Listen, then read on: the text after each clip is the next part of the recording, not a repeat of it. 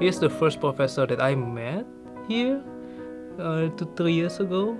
Yeah, during my orientation, also my TSM orientation also, and now I'm in a PhD program with him also. So yeah, so my experience with Calvin Seminary, basically all about him.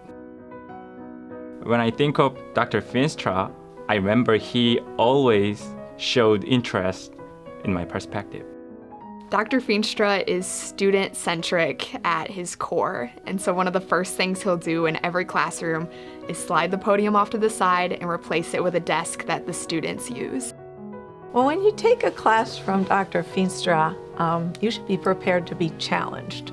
He has challenging readings and interesting ideas, but he isn't going to tell you them all right up front. He's going to pepper you with questions and make you think hard and see things from different angles.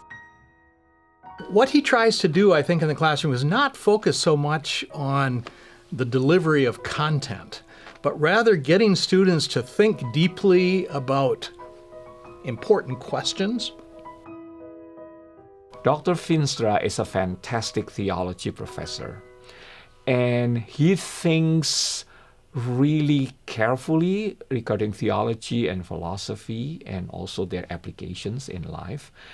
And he helps his students to think precisely so that theological knowledge is not ambiguous. He wants us to be able to define theological ideas clearly and well, and then he wants us to be able to explain it first to ourselves and then to our congregation, to the students, and beyond. I was so busy preparing for my comprehensives, and I had time for nothing else but my books. And I saw Professor Feenstra, Dr. Feenstra, come to me and said, "Paul, your son is running at the school with my daughters. They are running the 100 dash or so. Please, put your books down and come watch him run." And I went there and I watched him, such a great runner. But I could have missed all of that if he did not help me understand that life was not only about getting a PhD. I had to be a good dad too.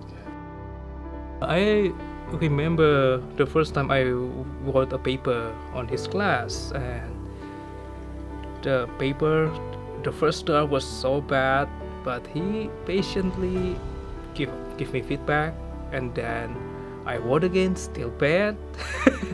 I revised and still bad, like back and forth maybe 3 times, and the paper turns to be a good one, and that I cannot imagine that I can write the paper that good, but that because of him, his patient, he really wants me to be a better student. In the midst of all of his wisdom and expertise, Dr. Feenstra is one of the most humble and gentle people that I know of in our community. And so when you encounter Dr. Feenstra, you see grace, you see mercy, you see what it looks like to live a life modeled after Christ, and what it looks like to follow God's call for many, many years. His influence is literally felt in all parts of the world with these students that have been trained in the PhD program, going back to their own context, training more ministry leaders so that they can continue to teach people about the gospel of Jesus Christ. And I can't imagine a program that's done more for, I'll just say, worldwide ministry than the PhD program.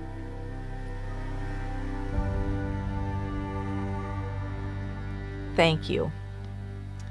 Thank you for being my teacher, my mentor, and my friend over all the years that I was at seminary, both as a student and as your colleague, as well as those things to so many other students. Your positive impact on my life and the life of so many others is really immeasurable. And I just want to thank you for your service to the church and to God's kingdom worldwide. We are all better because you were here. Thank you for showing up. Thank you for showing up for me. Thank you for showing up for students, and for not only being present in the classroom, but really using your life as a model for what it looks like to follow Christ and to love God and love your neighbors. It's been a true blessing to learn from you, and I'm really grateful that our lines passed at CTS. Dr. Feenstra, thank you. You have done so much, and you have done so well. We appreciate everything that you have done for Calvin Seminary, for the students, and for the world.